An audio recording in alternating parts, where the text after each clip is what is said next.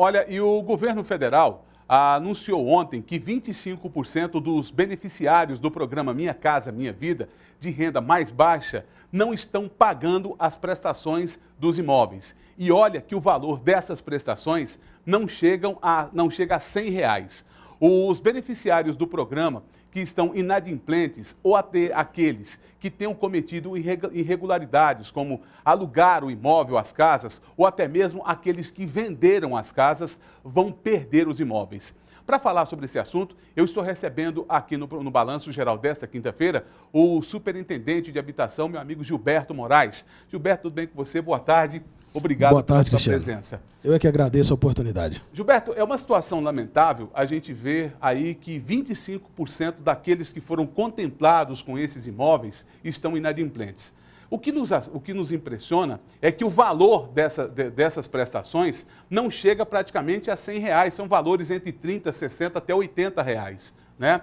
E também o que nos chama a atenção é que muitos que foram contemplados, alguns já venderam os imóveis e outros estão até alugando os imóveis.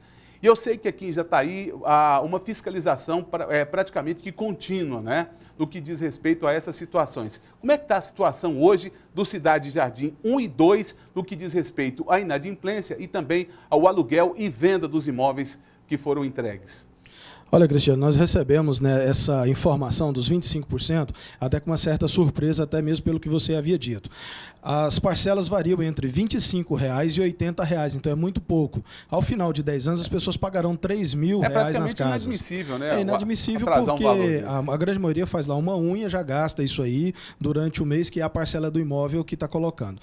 Agora, levando em consideração o universo de mais de 4.200.000 unidades que foram entregues Brasil afora, 25% disso é um prejuízo muito grande, o que faz até com que o governo federal pise no freio para poder dar continuidade no programa dentro do contexto nacional. É quase 1 milhão de imóveis, né? Exatamente. Dentro de Goiás já foram entregues mais de 144.000 imóveis habitacionais de interesse social pelo programa Minha Casa Minha Vida. Então isso reflete, é um impacto muito grande com relação àquilo que a Caixa precisa de retorno para fazer a gestão do fundo de arrendamento residencial. E o trabalho que a gente faz aqui é um trabalho em parceria com a agência da Caixa Econômica Federal. A partir do momento que eles derem o start dessa campanha de verificação das inadimplências e farão também as cobranças judiciais, buscarão fazer com que essas famílias regularizem as suas parcelas inadimplentes, eles vão fazer essa negociação. A partir do momento, aqueles que não fizerem isso, terão os seus imóveis retomados, passando para um suplente, em virtude... Tem muita gente que precisa, né? Isso, exatamente. Não contempla todos aqueles que realmente têm a real necessidade do imóvel, né? Exatamente. Nós temos hoje uma lista de 235, eram 290, 60 já foram chamados na etapa 2, e nós temos 235 aguardando esse benefício, o que faz com que haja uma pressão em cima de quem faz o controle, a gestão desses imóveis, que façam que exerçam os controles necessários, tanto o controle de inadimplência quanto o controle de ocupação. Não é somente alugar ou vender o imóvel, mas terceirizar o imóvel, desocupar a moradia para que outro more ali,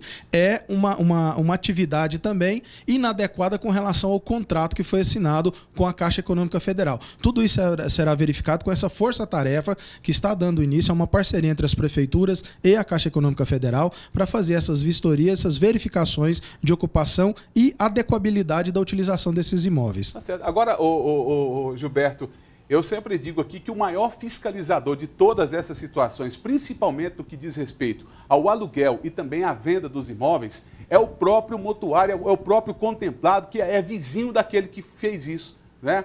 Eu tenho certeza que a grande maioria das denúncias que chegaram à Superintendência Municipal de Habitação foram de moradores que não concordaram, ficaram indignados com aquele que foram contemplados com a casa, que acabaram vendendo a casa, e geralmente são as vendas boas, que eu sempre falo aqui no programa, né? É o cara que pega a casa, troca por uma Brasília velha, por um Fit 147, um rádio motorrádio, uma lanterna, uma bicicleta e assim vai, né? 2 galinhas, um pato e um galo índio. É assim que é as trocas, né? Mas as denúncias podem continuar sendo feitas e aquele que foi contemplado, você morador de Cidade Jardim 1 e 2, sabe que seu vizinho vendeu a casa, alugou ou gambirou, trocou a casa, denuncie. Porque ele que fez isso não merece e tem uma fila enorme de pessoas que precisam, mas precisam mesmo dessas casas, né? Exatamente. E disso que você está dizendo, Cristiano, não é somente uma atividade administrativa por parte da Caixa Econômica Federal.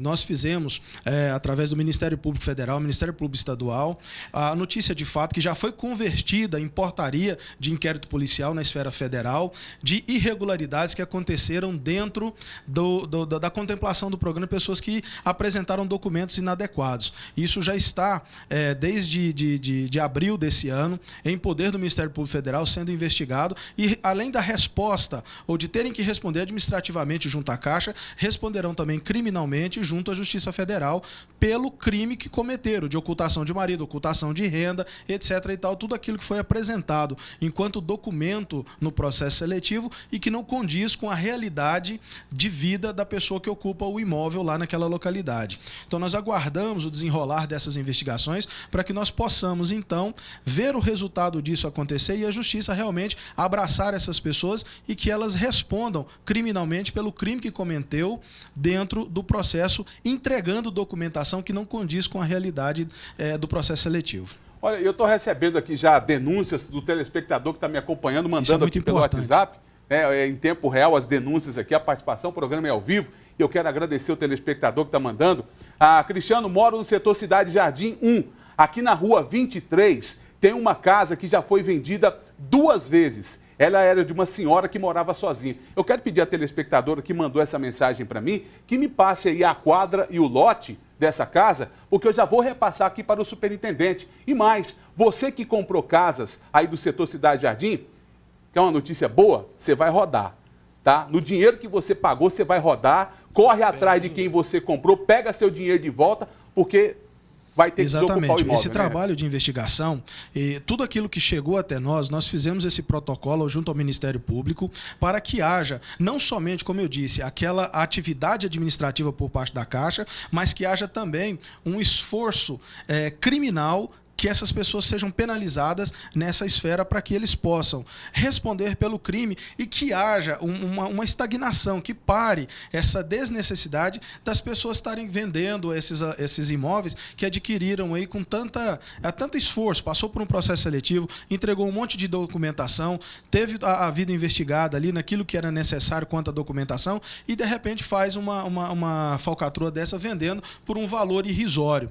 Nós temos conhecimentos ali de várias casas que foram invadidas. Nós mostramos aqui um caso daquela casa que o cidadão estava anunciando num site de vendas, né? Exatamente. Nós mostramos o caso aqui. Temos aí aquela matéria aí do cidadão que anunciou a casa num site de vendas, acho que é no OLX, né? No OLX. Como é que ficou aquela situação? Foi detectado que a pessoa não morava no imóvel, foi encaminhado à Caixa Econômica Federal e ao Ministério Público Federal para que ele responda pelo crime de não utilização do imóvel, ele terceirizou o imóvel para uma pessoa, ou seja, o imóvel está sendo usado inadequadamente de acordo com o contrato que ele assinou com a Caixa Econômica Federal. Então isso está no desenrolar. Lamentavelmente nós não temos aquela resposta imediata, mas a portaria já foi instaurada e está em andamento esse trâmite na esfera federal.